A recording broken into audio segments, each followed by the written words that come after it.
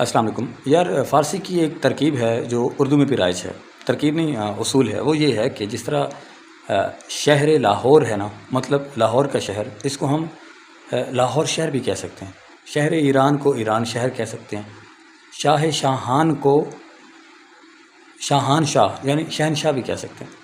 تو یہ ترکیب کو مختصر کرنے کے لیے ہے. اسی طرح ایک لفظ ہے کتابت خط، یعنی خط کی لکھائی، خط کو لکھنا.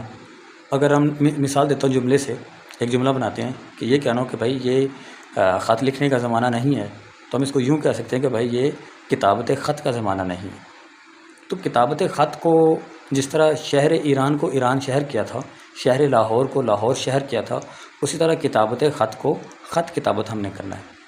کچھ لوگ اس کو خط و کتابت پڑھتے ہیں، وہ غلط ہے. درست جو ترکیب ہے وہ ہے خط کتابت. اسی طرح ایک اور لفظ ہے جو اکثر و بیشتر لوگ غلط پڑھتے ہیں، وہ ہے پس منظر.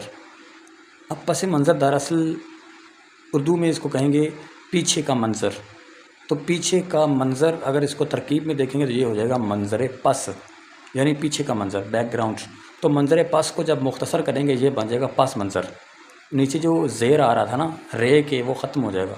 پس پہلے آ جائے گا اور منظر بعد میں ہو جائے گا، تو یہ بن جائے گا پس منظر. اسی طرح ایک اور لفظ ہے زدن چشم.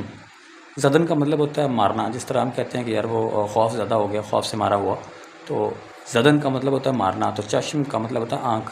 زدن چشم کا مطلب ہوتا ہے آنکھ کا مارنا.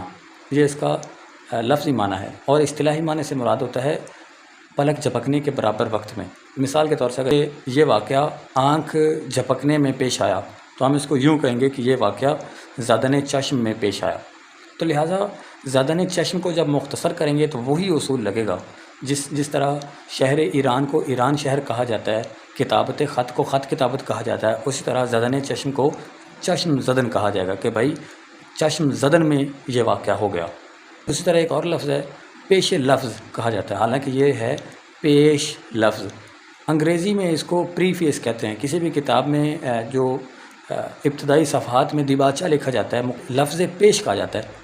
تو لفظ پیش کو جب مختصر کریں گے وہی اصول لگے گا. شہر ایران کو ایران شہر، کتابت خط کو خط کتابت، زدن چشم کو چشم زدن، اور لفظ پیش کو پیش لفظ کہیں گے، نہ کہ پیش لفظ. امید کرتا ہوں کہ میں نے اپنا پیغام پہنچا دیا ہوگا.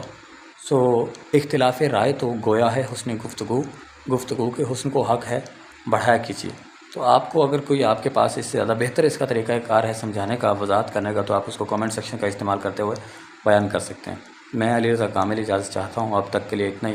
انشاءاللہ ملتے ہیں اگلے ویڈیو میں نئے خیالات اور نئے الفاظ کے ساتھ. خدا حافظ، والسلام.